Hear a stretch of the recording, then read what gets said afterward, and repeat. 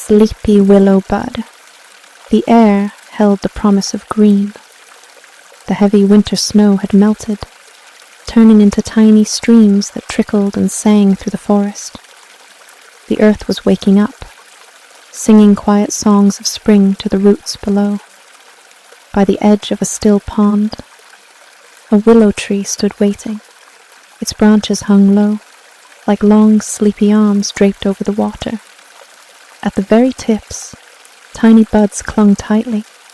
They were small, brown, and holding a secret. The little one walked to the water's edge, their boots making no sound on the damp grass.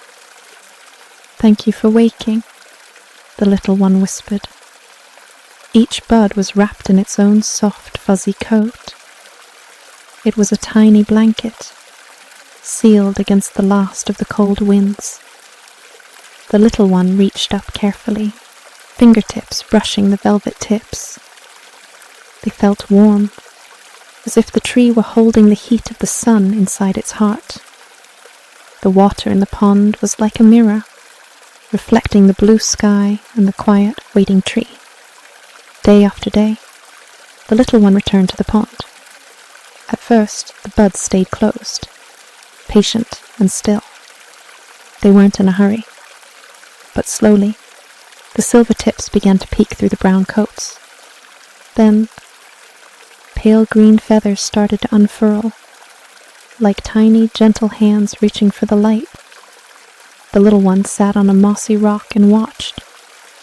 They noticed how some buds hurried, bursting open all at once, while others waited longer, savoring the quiet time between winter and summer. A bright ladybird landed on one silver tip, testing the new green with its tiny feet. The willow branches swayed, slowly, as if the tree were stretching after a long, deep sleep.